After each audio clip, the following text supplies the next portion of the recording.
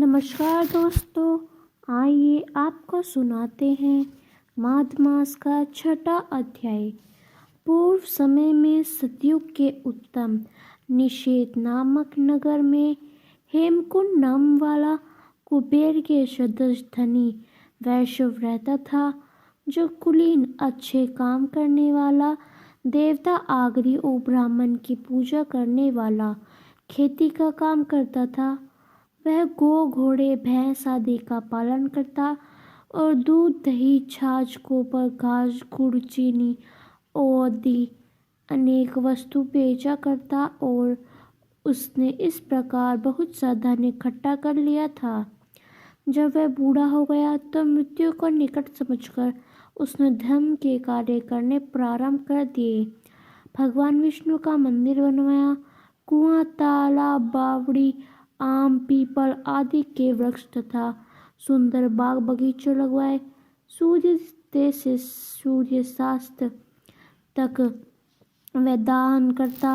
गांव में चारों तरफ जल की प्याई लगवाई।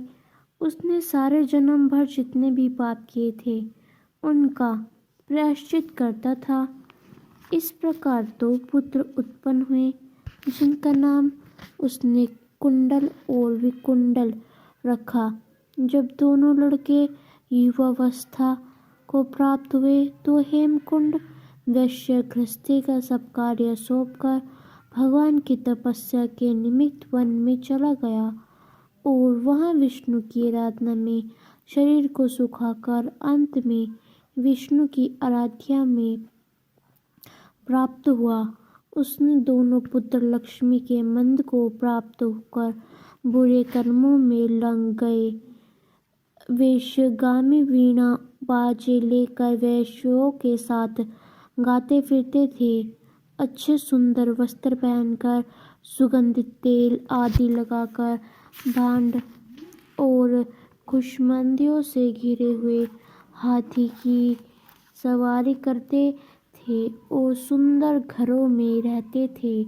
इस प्रकार ऊपर बोए बीज के सदृश वे अपने धन को बुरे कामों में नष्ट करते थे।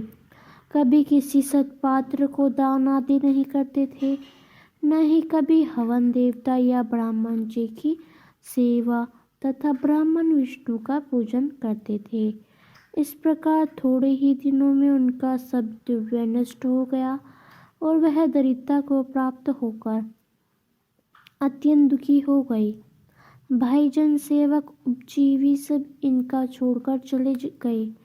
तब इन्होंने चोरी आदि करना आरंभ कर दिया और राजा के भय से नगर को छोड़कर चोर तथा डाकुओं के साथ वन में रहने लगे और वहां अपने तीक्ष्ण बाणों से वन के पक्षी हिरण आदि पशु तथा हिंसक जीवों को मारकर खाने लगे।